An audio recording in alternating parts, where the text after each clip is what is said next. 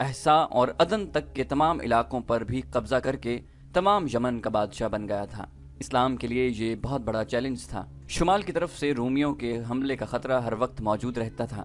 اس خطرے کو ختم کرنے کے لیے رسول خدا صلی اللہ علیہ وآلہ وسلم نے ایک لشکر رومیوں پر حملے کے لیے تیار کیا، جس کے سالار اعلیٰ 22 سالہ نوجوان اسامہ رضی اللہ عنہ تھے، جو رسول کریم صلی اللہ علیہ وسلم کے آزاد کیے ہوئے غلام زید بن حارثہ رضی اللہ عنہ کے بیٹے تھے۔ زید رضی اللہ عنہ بھی سالار تھے اور وہ موتا کے مارکے میں شہید ہوئے۔ یمن کو ایک خود ساختہ نبی سے نجات دلانے کے لیے بہت بڑے لشکر کی ضرورت تھی، لیکن لشکر رومیوں کے خلاف لڑنے کے لیے جا رہا تھا۔ اگر رومیوں پر حملے ملتوی کر کے اس لشکر کو یمن بھیج دیا جاتا تو رومی یہ فائدہ اٹھا سکتے تھے کہ مدینہ پر حملہ کرتے تھے۔ یہ خطرہ مول نہیں لیا جا سکتا تھا۔ رسول اکرم صلی اللہ علیہ وآلہ وسلم نے دوسری صورت یہ سوچی کہ یمن میں جو مسلمان مجبوری کے تحت رہ گئے ہیں اور جنہوں نے اسود انسی کی اطاعت قبول کر لی ہے، انہیں اسود کا تختہ الٹنے کے لیے استعمال کیا جائے۔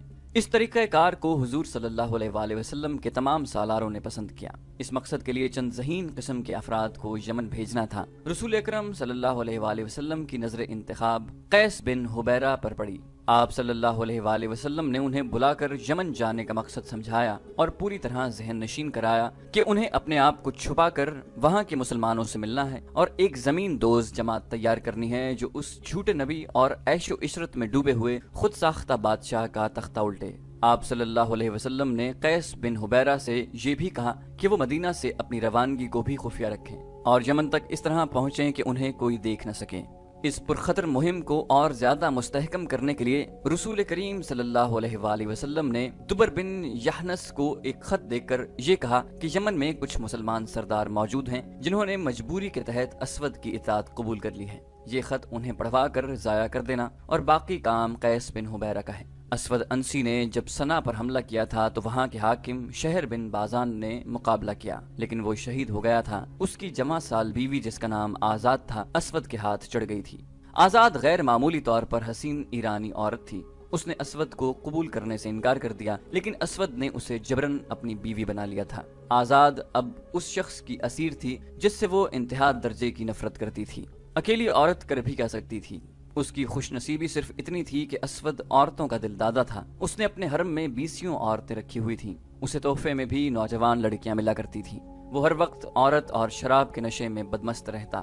رسول اکرم صلی اللہ علیہ وآلہ وسلم کے بھیجے ہوئے قیس بن حبیرہ چوری چھپے سفر کر کے اور بھیس بدل کر سنا پہنچے۔ اسود نے سنا کو اپنا دارالحکومت بنا لیا تھا۔ ادھر دبر بن یحنس ایک مسلمان سردار کے ہاں خط لے کر پہنچ گئے۔ اس مسلمان سردار نے یہ یقین تو دلا دیا کہ وہ ایسے چند ایک مسلمان سرداروں کو اکٹھا کر لے گا جنہوں نے دل سے اسود کی اطاعت قبول نہیں کی، لیکن اسود کا تختہ الٹنا ممکن نظر نہیں آتا تھا، کیونکہ وہ صرف بادشاہ ہی نہیں، یمن کے باشندے اسے اپنا نبی مانتے تھے۔ قیس بن حبیرہ ایک ایسے ٹھکانے پر پہنچ گئے جہاں رسول کریم صلی اللہ علیہ وآلہ وسلم کے شہدائی مسلمان موجود تھے۔ ان مسلمانوں نے بھی وہی بات کہی جو مسلمان سردار نے کہی تھی، لیکن ان مسلمانوں نے ایسی کوئی بات نہ کہی کہ وہ اس زمین دوز تحریک میں شامل نہیں ہوں گے۔ انہوں نے پرعزم لہجے میں کہا کہ وہ خفیہ طریقے سے وفادار مسلمانوں کو اکٹھا کر لیں گے۔ ہم اس جھوٹے نبی کو ختم کر دینے کے لیے زیادہ انتظار نہیں کر سکتے۔ ایک مسلمان نے کہا، جو وقت گزرتا جا رہا ہے اس کی مقبولیت میں اضافہ ہو رہا ہے۔ کیا تم لوگ یہ نہیں سوچ سکتے کہ اس شخص کو قتل کر دیا جائے؟ ایک اور مسلمان نے پوچھا کہ قتل کون کرے گا اور اسے کہاں قتل کیا جائے گا؟ وہ محل کے باہر نکلتا نہیں۔ یہ بھی معلوم ہے کہ محل کے ارد گرد محافظوں کا بڑا سخت پہرا ہوتا ہے۔ کیا ہم میں کوئی ایسا آدمی نہیں جو اسلام کے نام پر اپنی جان قربان کر دے؟ قتل کا مشورہ دینے والے مسلمان نے پوچھا، اس طرح جان دینے سے کیا حاصل کہ جسے قتل کرنا ہے اس تک پہنچ ہی نہ سکیں؟ اس مسلمان نے کہا، بہرحال ہمیں خفیہ طریقے سے یہ تحریک چلانی ہے کہ کم از کم مسلمان بغاوت کے لیے تیار ہو جائیں۔ اسود انسی نے یمن پر قبضہ کر کے پہلا کام یہ کیا تھا کہ ایران کے شاہی اور دیگر اعلیٰ خاندانوں کے جو ایرانی اس کے ہتھے چڑھ گئے تھے انہیں اس نے مختلف طریقوں سے ذلیل و خوار کر کے رکھ دیا تھا۔ ان کی حالت زر خرید غلاموں سے بدتر کر دی گئی تھی۔ لیکن اسود کی حکومت میں سب سے بڑی کمزوری یہ تھی کہ اس کے پاس نہ کوئی تجربہ کار سالار تھا، نہ کوئی کاروبار حکومت چلانے والا قابل آدمی تھا۔ یہ خطرہ تو وہ ہر لمحہ محسوس کرتا تھا کہ مسلمان اس پر حملہ کریں گے۔ وہ خود عسکری ذہن نہیں رکھتا تھا۔ اس کمی کو پورا کرنے کے لیے اسے ایرانیوں کا ہی تعاون حاصل کرنا پڑا۔ اس کے سامنے 3 نام آئے۔ ان میں ایک ایرانی کا نام قیس بن عبد یغوث تھا جو بازان کے وقتوں کا مانا ہوا سالار تھا۔ دوسرے 2 حکومت چلانے میں مہارت رکھتے تھے، ایک تھا فیروز اور دوسرا دازویا۔ فیروز نے اسلام قبول کر لیا تھا اور وہ صحیح معنوں میں اور سچے دل سے مسلمان تھا۔ اسود نے قیس بن عبدغوث کو سالار اعلیٰ بنا دیا اور فیروز اور دازویہ کو وزیر مقرر کیا۔ تینوں نے اسود کی وفاداری کا حلف اٹھایا اور اسے یقین دلایا کہ وہ ہر حالت میں اس کے وفادار رہیں گے۔ ایک روز فیروز باہر کہیں گھوم پھر رہا تھا کہ ایک گداگر نے اس کا راستہ روک لیا اور ہاتھ پھیلایا۔ تو مجھے معذور نظر نہیں آتا۔ فیروز نے اسے کہا، اگر تو معذور ہے تو تیری معذوری یہی ہے کہ تجھ میں غیرت اور خودداری نہیں، تو نے ٹھیک پہچانا ہے۔ گداگر نے اپنا ہاتھ پیچھے کرتے ہوئے کہا، میری معذوری یہی ہے کہ میری غیرت مجھ سے چھن گئی ہے اور میں دیکھ رہا ہوں کہ تیری بھی یہی معذوری ہے۔ میں نے بھیک کے لیے ہاتھ نہیں پھیلایا، میں اپنی غیرت واپس مانگ رہا ہوں۔ اگر تو پاگل نہیں ہو گیا تو مجھے بتا دے کہ تیرے دل میں کیا ہے۔ فیروز نے گداگر سے پوچھا، میرے دل میں اللہ کے اس رسول کا نام ہے جس کا تو شیدائی ہے۔ گداگر نے فیروز کی آنکھوں میں آنکھیں ڈال کر کہا، اگر اسود انسی کی شراب تیری رگوں میں چلی نہیں گئی تو میں جھوٹ نہیں کہہ رہا کہ تو نے دل پر پتھر رکھ کر اسود کی وزارت قبول کی ہے۔ فیروز نے ادھر ادھر دیکھا، وہ سمجھ گیا کہ یہ مدینہ کا مسلمان ہے، لیکن اسے یہ بھی خطرہ محسوس ہوا کہ یہ اسود کا کوئی مخبر ہو سکتا ہے۔ گداگر نے کہا، مت گھبرا فیروز، میں تجھ پر اعتبار کرتا ہوں، تو مجھ پر اعتبار کر۔ میں تجھ کو اپنا نام بتا دیتا ہوں، قیس بن حبیرہ۔ مجھے رسول اللہ صلی اللہ علیہ وآلہ وسلم نے بھیجا ہے۔ کیا تو سچ کہتا ہے کہ رسول اللہ صلی اللہ علیہ وآلہ وسلم نے تجھے میرے پاس بھیجا ہے؟ فیروز نے اشتیاق سے پوچھا۔ قیس نے کہا، نہیں، رسول اللہ صلی اللہ علیہ وسلم نے یہ کہا تھا کہ وہاں چلے جاؤ، اللہ کے سچے بندے مل جائیں گے۔ تجھے کس نے بتایا کہ میں سچا مسلمان ہوں؟ فیروز نے پوچھا۔ اپنے رسول اللہ صلی اللہ علیہ وسلم کا نام سن کر رسالت کے شیدائیوں کی آنکھوں میں جو چمک پیدا ہو جاتی ہے وہ میں نے تیری آنکھوں میں دیکھی ہے۔ قیس نے کہا، تیری آنکھوں میں چمک کچھ زیادہ ہی آ گئی ہے۔ فیروز نے قیس سے کہا کہ وہ چلا جائے۔ اس نے قیس کو ایک اور جگہ بتا کر کہا کہ کل سورج غروب ہونے سے پہلے کچھ دیر پہلے وہاں بیٹھا گداگری کی صدائیں لگاتا رہے۔ اگلی شام فیروز اس جگہ سے گزرا جو اس نے قیس بن حبیرہ کو بتائی تھی۔ فیروز کے اشارے پر قیس گداگروں کے انداز سے اٹھ کر فیروز کے پیچھے پیچھے ہاتھ پھیلا کر چل پڑا۔ رسول خدا صلی اللہ علیہ وآلہ وسلم تک پیغام پہنچا دینا کہ آپ کے نام پر جان قربان کرنے والا ایک آدمی اسود انسی کے سائے میں بیٹھا ہے۔ فیروز نے چلتے چلتے ادھر ادھر دیکھے بغیر دھیمی آواز سے کہا، اور میں حیران ہوں کہ اتنی جنگی طاقت کے باوجود رسول اللہ صلی اللہ علیہ وآلہ وسلم نے یمن پر حملہ کیوں نہیں کیا؟ ہرقل کا لشکر اردن میں ہمارے سر پر کھڑا ہے۔ قیس نے کہا، ہمارا لشکر رومیوں پر حملہ کرنے جا رہا ہے، کیا ہم دو آدمی پورے لشکر کا کام نہیں کر سکیں گے؟ کیا تو نے یہ سوچا ہے کہ دو آدمی کیا کر سکتے ہیں؟ فیروز نے پوچھا۔ قتل، قیس نے جواب دیا اور کہنے لگا، مجھ سے یہ نہ پوچھنا کہ اسود کو کس طرح قتل کیا جا سکتا ہے۔ کیا تو نے اپنے چچا کی بیٹی آزاد کو دل سے اتار دیا ہے؟ فیروز چلتے چلتے رک گیا۔ اس کے چہرے پر کچھ اور ہی طرح کی رونق آ گئی، جیسے خون اچانک ابل پڑا ہو۔ اس نے کہا، تو نے مجھے روشنی دکھا دی ہے، قتل کے سوا کوئی اور راستہ نہیں۔ میری چچا زاد بہن کا نام لے کر تو نے میرا کام آسان کر دیا ہے، یہ کام میں کروں گا، تو اپنا کام کرتا رہ۔ جا قیس، زندہ رہے تو ملیں گے۔ مورخوں نے لکھا ہے کہ فیروز کے دل میں اسود کی جو نفرت دبی ہوئی تھی وہ ابھر کر سامنے آ گئی۔ اس نے اسود انسی کے ایرانی سالار قیس بن عبدغوث اور دازویہ کو اپنا ہمراز بنا لیا۔ اسود کا قتل ایک وزیر کے لیے بھی آسان نہیں تھا جو اس کے ساتھ رہتا تھا۔ اسود کے محافظ اسے ہر وقت اپنے نرغے میں رکھتے تھے۔ سوچ سوچ کر ان تینوں ایرانیوں نے یہ فیصلہ کیا کہ آزاد کو اس کام میں شریک کیا جائے، لیکن قتل آزاد کے ہاتھوں نہ کرایا جائے۔ آزاد تک رسائی آسان نہ تھی۔ اسود کو شک ہو گیا کہ تینوں ایرانی اسے دل سے پسند نہیں کرتے۔ اس نے ان پر بھروسہ کم کر دیا تھا۔ آزاد اور فیروز کی ویسے بھی کبھی ملاقات نہیں ہوتی تھی۔ آزاد تک پیغام پہنچانے کے لیے عورت کی ہی ضرورت تھی۔ ایک وزیر کے لیے ایسی عورت کا حصول مشکل نہ تھا۔ فیروز نے محل کی ایک ادھیڑ عمر عورت کو اپنے پاس بلایا، وہ بھی مسلمان تھی۔ فیروز نے اسے کہا کہ وہ اسے اپنے گھر میں رکھنا چاہتا ہے، اگر وہ پسند کرے تو وہ اسے اپنے ہاں لا سکتا ہے۔ فیروز نے اسے کچھ لالچ بھی دیا۔ ایک یہ تھا کہ اس سے اتنا زیادہ کام نہیں لیا جائے گا جتنا اب لیا جاتا ہے۔ وہ عورت مان گئی۔ فیروز نے اسی روز اسے اپنے ہاں بلا لیا۔ ایک روز آزاد اکیلی بیٹھی تھی۔ وہ ہر وقت جلتی اور گڑتی رہتی تھی، اسے کوئی راہ فرار نظر نہیں آتی تھی۔ اس کیفیت میں فیروز کی وہی خادمہ اس کے پاس آئی۔ میں کسی کام کے بہانے آئی ہوں، خادمہ نے کہا، لیکن میں آئی دراصل تیرے پاس ہوں۔ کیا تو اپنے چچا زاد بھائی سے کبھی ملی ہے جو رحمان الیمن کا وزیر ہے؟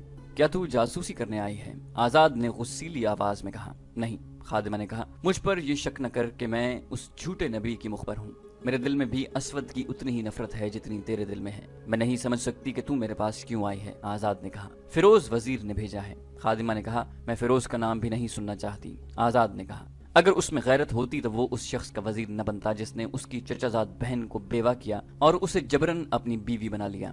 آزاد شاہی خاندان کی عورت تھی، وہ ان لونڈیوں اور باندیوں کو اچھی طرح سمجھتی تھی۔ اس نے اندازہ کر لیا کہ یہ عورت مخبری کرنے نہیں آئی۔ اس نے خادمہ سے پوچھا کہ فیروز نے اس کے لیے کیا پیغام بھیجا ہے۔ خادمہ نے بتایا کہ وہ اس سے ملنا چاہتا ہے۔ آزاد نے اسے ایک جگہ بتا کر کہا کہ فیروز وہیں رات کو آ جائے، لیکن ہمارے درمیان ایک دیوار حائل ہوگی۔ آزاد نے کہا اس میں ایک جگہ ایک دریچہ ہے جس میں سلاخیں لگی ہوئی ہیں، فیروز سلاخوں کی دوسری طرف کھڑا ہو کر بات کر سکتا ہے۔ خادمہ نے آزاد کا پیغام فیروز کو دے دیا۔ اسی رات فیروز محل کے ارد گرد کھڑی دیوار کے اس مقام پر پہنچ گیا جہاں سلاخوں والا چھوٹا سا دریچہ تھا۔ آزاد اس کے انتظار میں کھڑی تھی۔ تیری خادمہ پہ مجھے اعتبار آ گیا ہے، آزاد نے کہا۔ تجھ پر میں کیسے اعتبار کروں؟ میں نہیں مانوں گی کہ تو مجھے اس وحشی سے آزاد کرانے کی سوچ رہا ہے۔ کیا تو اس وحشی کے ساتھ خوش ہے؟ فیروز نے پوچھا۔ اس سے زیادہ قابل نفرت آدمی میں نے کوئی نہیں دیکھا، آزاد نے کہا۔ تیرا یہاں زیادہ دیر کھڑے رہنا ٹھیک نہیں، فوراً بتا تجھے اتنے عرصے بعد میرا کیوں خیال آ گیا؟ کیا اس وقت اسود کے ادھر نکل آنے کا خطرہ ہے؟ فیروز نے پوچھا۔ یا ابھی وہ تمہیں نہیں، آزاد نے کہا، پہرے داروں کا خطرہ ہے۔ اسود اس وقت شراب کے نشے میں بے سدھ پڑا ہے، اس کے پاس عورتوں کی کمی نہیں۔ میں صرف تجھے نہیں پورے یمن کو آزاد کراؤں گا، فیروز نے کہا، لیکن تیری مدد کے بغیر کامیاب نہیں ہو سکتا۔ آزاد نے پوچھا، مجھے بتا فیروز، میں کیا کر سکتی ہوں؟ کسی رات مجھے اسود تک پہنچا دے، فیروز نے کہا۔ اگلے روز وہاں سے اس کی لاش اٹھا لی جائے گی۔ کیا تو یہ کام کر سکتی ہے؟ کل رات اس وقت کے کچھ بعد اس دیوار کے باہر آ جانا، جو جگہ میں تمہیں بتاؤں گی، آزاد نے کہا۔ میرا کمرہ اس دیوار کے بالکل ساتھ ہے، تم دیوار کسی اور طریقے سے پھلانگ نہیں سکوگے، کمند ڈالنی پڑے گی، رسہ لیتے آنا، اسے دیوار کے اوپر سے اندر کو پھینکنا، میں اسے کہیں باندھ دوں گی، تم رسے سے اوپر آ جانا۔ اگلی رات فیروز اس طرح چھپتا چھپاتا اس دیوار کے ساتھ ساتھ جا رہا تھا کہ اسے پہرے دار کے گزر جانے تک چھپنا پڑتا۔ وہ اس جگہ پہنچ گیا جو اسے آزاد نے بتائی تھی۔ اس نے دیوار پر رسہ پھینکا جس کا اگلا سرا دوسری طرف نیچے تک چلا گیا۔ آزاد موجود تھی، اس نے رسہ پکڑ لیا اور کہیں باندھ دیا۔ فیروز رسے کو پکڑ کر اور پاؤں دیوار کے ساتھ جماتا دیوار پر چڑھ گیا۔ اس نے رسہ دیوار پر باندھ دیا اور اس کی مدد سے نیچے اتر گیا۔ آزاد اسے اپنے کمرے میں لے گئی اور آدھی رات کے بعد تک اسے کمرے میں ہی رکھا کیونکہ اسود کے بیدار ہونے کا خطرہ تھا۔ آدھی رات کے بعد وہ بے ہوش اور بے سدھ ہو جاتا۔ آزاد نے کہا، یہ شخص انسانوں کے روپ میں دیو ہے، ایسا دیو جو شراب پیتا اور عورتوں کو کھاتا ہے۔ تم نے اس کی جسامت دیکھی ہے، اتنا لمبا اور چوڑا جسم تلوار کے ایک دو وار کو شراب کی طرح پی جائے گا۔ اسے ہلاک کرنا آسان نہیں، اسے ہلاک کرنا ہے خواہ میں خود ہلاک ہو جاؤں، فیروز نے کہا۔ آزاد نے کمرے کا دروازہ ذرا کھولا اور باہر دیکھا۔ اس غلام گردش کے اگلے سرے پر ایک پہرے دار کھڑا رہتا تھا، وہ سائے کی طرح کھڑا نظر آتا تھا، صاف پتہ چلتا تھا کہ اس طرف اس کی پیٹھ ہے۔ آزاد اپنے کمرے سے نکلی اور دبے پاؤں اسود کے کمرے کا دروازہ کھولا۔ ہلکی روشنی والا ایک فانوس جل رہا تھا۔ اسود پیٹھ کے بل بستر پر پڑا خراٹے لے رہا تھا۔ مورخ بلازری نے اس دور کی تحریروں کے 2 حوالے دے کر لکھا ہے کہ جب آزاد اسود کو دیکھ کر واپس آئی تو اس کا انداز ایسا تھا جیسے ایک شعلہ آیا ہو، یہ انتقام اور نفرت کا شعلہ تھا۔ آؤ فیروز، اس نے کانپتی ہوئی آواز میں کہا، وہ بے ہوش پڑا ہے۔ فیروز آزاد کے ساتھ کمرے سے نکل گیا اور دبے پاؤں آزاد کے پیچھے اسود کے کمرے میں داخل ہوا۔ اسود جنگلی سانڈ جیسا انسان تھا، کمرے میں شراب اور گناہوں کا تعفن تھا۔ جانے ایسا کیوں ہوا؟ اسود بیدار ہو گیا۔ اپنے وزیر اور اپنی حسین ایرانی بیوی کو دیکھ کر وہ اٹھ بیٹھا۔ مورخوں نے لکھا ہے کہ وہ آزاد کو وہ قابل اعتماد سمجھتا تھا۔ فیروز کو دیکھ کر اسے کچھ شک ہوا، اس وقت کیا مصیبت آ گئی ہے؟ اسود نے نشے سے لڑکھڑاتی ہوئی آواز میں پوچھا۔ فیروز نے ایک لمحہ ضائع نہ کیا، تلوار کھینچی اور پوری طاقت سے اسود کی گردن پر وار کیا۔ اسود نے گردن بچا لی اور تلوار اس کی ننگے سر پر لگی۔ اسود کے منہ سے چیخ نما آواز نکلی اور بستر سے لڑک کر دوسری طرف گرا۔ غلام گردش میں دوڑتے قدموں کی دھمک سنائی دی۔ آزاد تیزی سے باہر نکلی اور دروازہ بند کر لیا۔ پہرے دار دوڑا آیا۔ آزاد نے تیزی سے آگے بڑھ کر پہرے دار کو روک لیا۔ کمرے سے اسود کی ہلکی ہلکی آوازیں آ رہی تھیں۔ واپس اپنی جگہ چلے جاؤ، آزاد نے پہرے دار کو تحکمانہ لہجے میں کہا۔ رحمان الجمن کے پاس فرشتہ آیا ہوا ہے، وہی نازل ہو رہی ہے، جاؤ ادھر نہ آنا۔ مورخ بلازری نے لکھا ہے کہ پہرے دار نے احترام سے سر جھکا لیا اور چلا گیا۔ آزاد اندر آئی تو دیکھا کہ اسود فرش سے اٹھ کر بستر پر گر رہا ہے اور فیروز دوسرے وار کے لیے آگے بڑھ رہا ہے۔ اسود بستر پر گر پڑا، اس کا سر پلنگ کے بازو پر تھا اور سانڈوں کی طرح ڈکار رہا تھا۔ تم اسے مار نہیں سکو گے فیروز، آزاد نے آگے بڑھ کر کہا اور اسود کے بال جو لمبے تھے ہاتھوں سے پکڑ کر نیچے کو کھینچے اور خود فرش پر بیٹھ گئی۔ اب فیروز گردن کاٹ دو۔ فیروز نے ایک ہی وار سے اسود کی گردن صاف کاٹ کر سر جسم سے الگ کر دیا۔ فیروز کے ساتھیوں قیس، عبدغوث اور دازویہ کو معلوم تھا کہ آج رات کیا ہونے والا ہے۔ فیروز نے اسود کا سر اٹھایا اور ان دونوں کے ہاں جا پہنچا۔ محافظوں اور پہرے داروں کو رحمان الیمن کے قتل کی خبر ملی تو انہوں نے محل کو محاصرے میں لے لیا۔ آزاد فیروز کے ساتھ رہی۔ محل میں بھگدڑ مچ گئی۔ حرم کی عورتوں کا ہجوم چیختا چلاتا باہر کو بھاگا۔